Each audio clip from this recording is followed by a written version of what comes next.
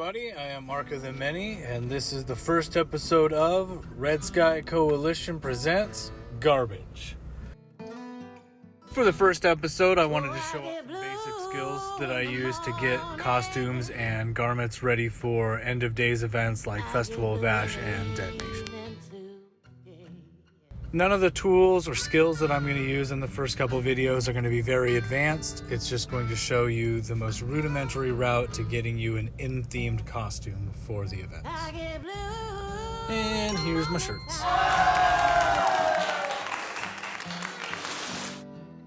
These are the tools that I'm calling primitive, and this is the power tool, my drum. Oh my God!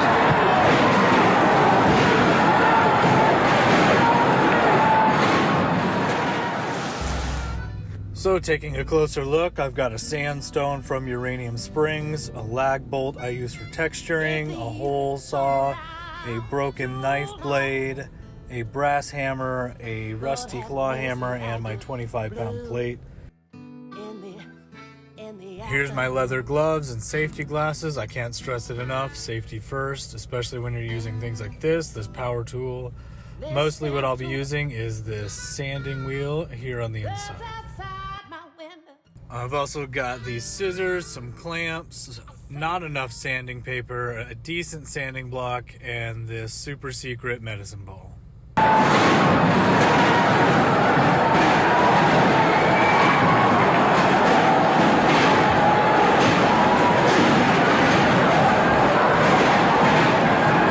Starting out with the primitive hand tools, I put the weight inside the shirt and I use the broken knife blade to make a lot of tiny chops around the seams, up along the seams, chop down around them. I go around the sleeves, and every once in a while I'll just throw a couple random chops into the body of the shirt. When I'm doing a light or a medium level of destruction, I don't usually put a lot of that destruction on the inside of the shirt, because the more you wear the costume, the more that wear is going to happen on its own. I use the hole saw to pull some of the smaller holes open, and I use the sandstone to wear on all of the spots that I cut, and that gives it a little bit of a fluffiness and discoloration that you can see here. On using my Dremel, I put the shirt over the medicine ball. The rubber of the medicine ball helps me grip the shirt. That way, while I'm using the Dremel at a medium speed, it doesn't actually catch the fabric and then tangle up on the tool. Going against the direction of the Dremel helps it from spooling up around the tool as well. Just like when using the knife blade, I also every once in a while will toss out a little bit of bodily damage.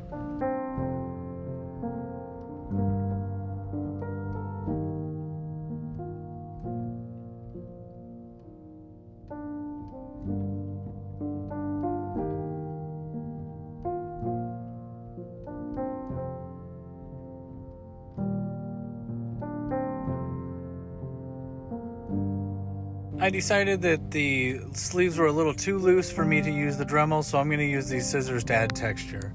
Unfortunately, I'm going to hate this texture, but making mistakes is really just part of the growth.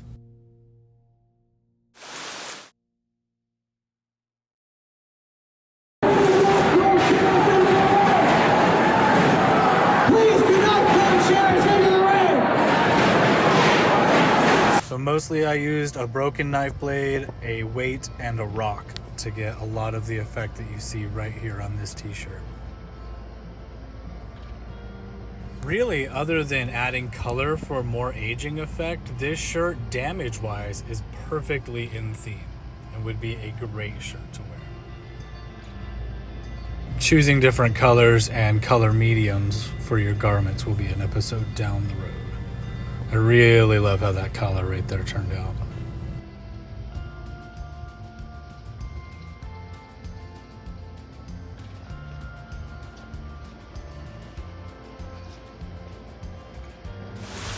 So a quick glance back at the second set of tools, the powered option.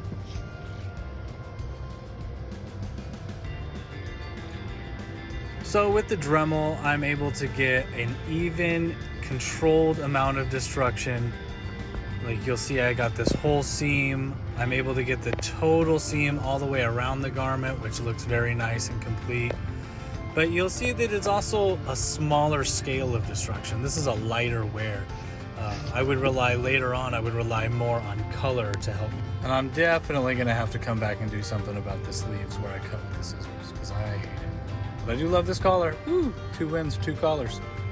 Thanks for watching part 1. Stick around for part 2 and 3, where I'll do a more in-depth look at the skills that I use.